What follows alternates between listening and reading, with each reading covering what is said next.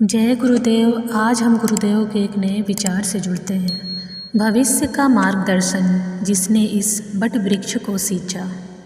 सूर्य ने अपना रथ पश्चिम दिशा की ओर मोड़ लिया था। सूर्य के ढलते ही आंगन की धूप धीरे धीरे खिसकने और सिमटने लगी थी।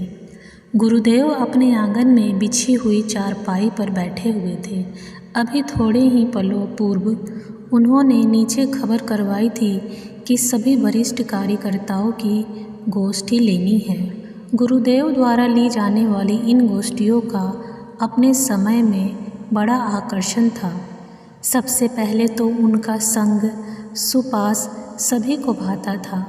गोस्वामी जी महाराज ने कहा है, एक घड़ी आधी ते पुनियाद, तुलसी संगत साधु की हरे कोटि अपराध। अर्थात साधु पुरुषों का संग सुपास आदि चौथाई घड़ी भी मिलने पर जीवन के करोड़ों पाप अपराधों का सामन हो जाता है। परम पूज्य गुरुदेव तो साधु पुरुषों में शिरोमणि महासिद्ध तपोमूर्ति और ज्ञान का साक्षात स्वरूप साकार देव मूर्ति थे।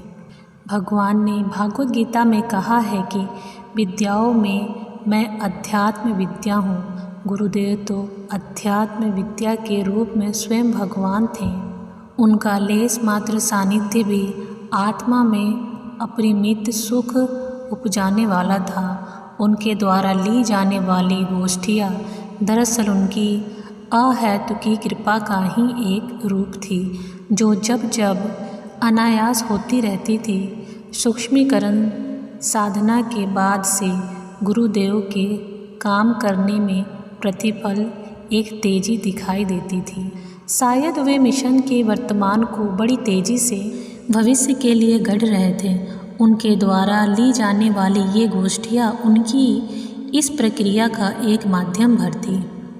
गुरुदेव ने बुलाया है सुनकर शांति कुंज के वरिष्ठगण एक एक करके सीढ़ियाँ चढ़ते हुए ऊपर पहुँच गए। ऊपर वाले आंगन में गुरुदेव की चारपाई के सामने एक बड़ा सा टाट का टुकड़ा बिछा हुआ था। सभी ने पहले गुरुदेव के चरणों में माथा नमन कर भक्तिपूर्वक रीति के से प्रणाम किया। फिर सब शांत भाव से बैठ गए। उनकी जिज्ञासा थी, गुरुजी आज क्या कहेंगे, क्या बताएंगे। सबकी उत्सुकता तीव्र हो रही थी। गुरुदेव की बातें सुनने की त्वरा बढ़ रही थी। तभी गुरुदेव एक ही पल समय गंवाए बिना बोले, लड़कों, मैंने तुम सबको कुछ ज़रूरी बातें बताने के लिए बुलाया है। गुरुदेव के इस तरह बात शुरू करते ही सबके कान उनके शब्दों पर जा टिके। वह कह रहे थे, बेटा, अपना मिशन जिस बीज से जन्मा है वह अध्यात्म है। अध्यात्म से ही इनका जन्म हुआ है और आध्यात्मिक शक्तियों ने ही इसे पाल पोस कर बड़ा किया है। अभी यह और भी बढ़ेगा, बहुत ज़्यादा बढ़ेगा। सच तो यह है कि तुम लोग देखोगे कि इसका विस्तार कभी रुकेगा ही नहीं। यह बढ़ता ही रहेगा, बढ़ता ही चला जाएगा। इसके इस तरह से बढ़ने में तुम लोगों का भी योगदान है। तुम सबने भी इसमें अपना खून पसीना लगाया है। लेकिन बेटा, तुम लोगों की मेहनत अगर इसमें 10 पैसे हैं तो बाकी 90 पैसे अध्यात्म है। हमने ज़िंदगी में जो कुछ भी पाया इसी अध्यात्म के सहारे पाया। अध्यात्म का साधन और साधक बनकर पाया। यदि हम में साधना ना की होती, अध्यात्म के लिए अपना सर्वस्व ना लुटाया होता, हम साधक ना बने होते, तो फिर आज तुम लोग यह सब जो कुछ भी देख रहे हो वैसा कुछ भी ना होता। ना तुम लोग हमें गुरुजी कहते और ना हम तुम लोगों की नौकरियां छुड़वाते और तुम्हें तुम्हारे घरों से दूर यहाँ तक ला। हमारे जीवन में जो कुछ अचरज घटा है वह सब अध्यात्म के कारण है, हमारे साधक होने की वजह से है। अपनी बातें कहते कहते गुरुदेव रुके। एक पल को उनकी वाणी का अमृत प्रभाव थमा। सुन रहे सारे लोग शांत, मौन और एकाग्र थे। सबके हृदयों में उनके गुरुदेव के प्रति श्रद्धा सदंतम होती जा रही थी।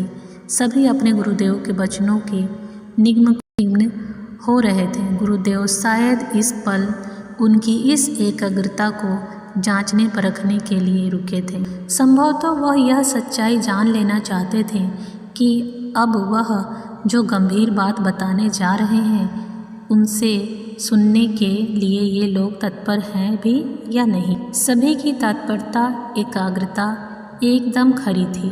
गुरुदेव की अमृतवाणी का प्रभाव फिर से वेगपूर्ण हो उठा।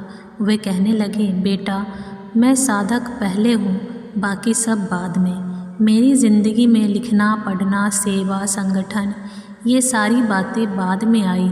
सबसे पहले साधना आई। ये सब जो कुछ भी दिख रहा है, वे फूल पत्ते, सब की जड़ तो साधना है बेटा। आंवल खेड़ा की अपने कक्ष से लेकर मथुरा के अखंड ज्योति संस्थान में जो 9x9 की कोठरी है, वहीं पर मैं सब कुछ देख समझ लिया था। वहीं पर उसी कोठरी में साधना करते हुए मैंने मिशन का आज का, वर्तमान और आगे का भविष्य देख लिया था। अपने साधना काल में ध्यान करते हुए मैंने शांति कुंज देखा था, तुम सबको देखा था। आगे जो लोग आएंगे, शांति कुंज का जो भावी विस्तार होना है, वह भी मैंने उसी छोटी सी कोठरी में ध्यान करते हुए देख लिया था। मुझसे कुछ छुपा थोड़ी है, मैं सब जानता हूँ। मिशन में जो कुछ भी होने वाला है और जो घटनाएं आगे घटेगी, मुझे सबका ज्ञात है। अभी तो मैं हूँ, आगे मैं नहीं रहूँगा।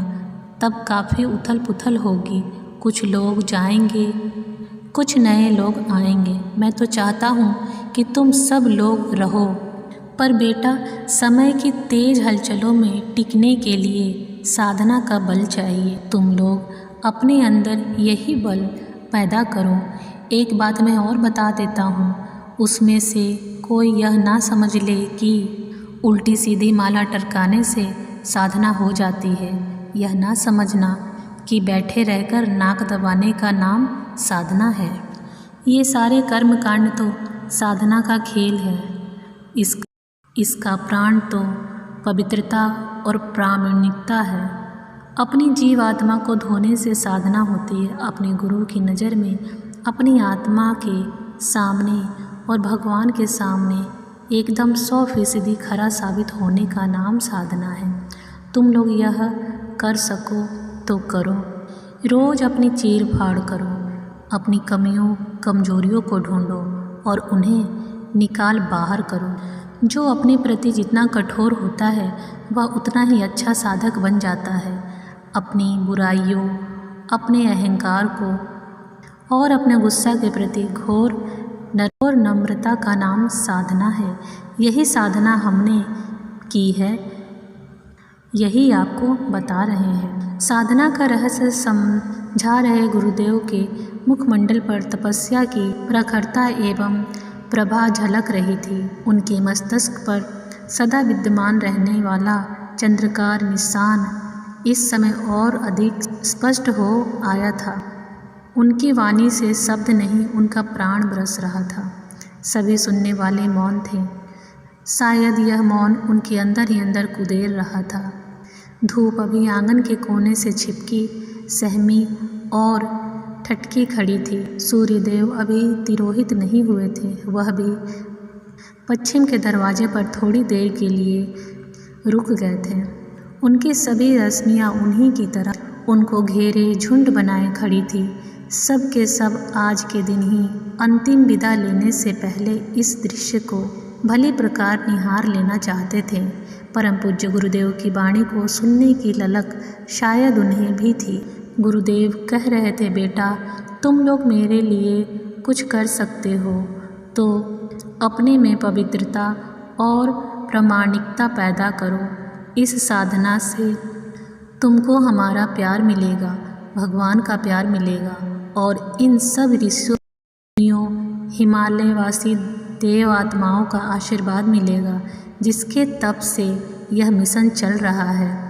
इन शब्दों के साथ गुरुदेव ने उस दिन अपनी वाणी को विराम दे दिया।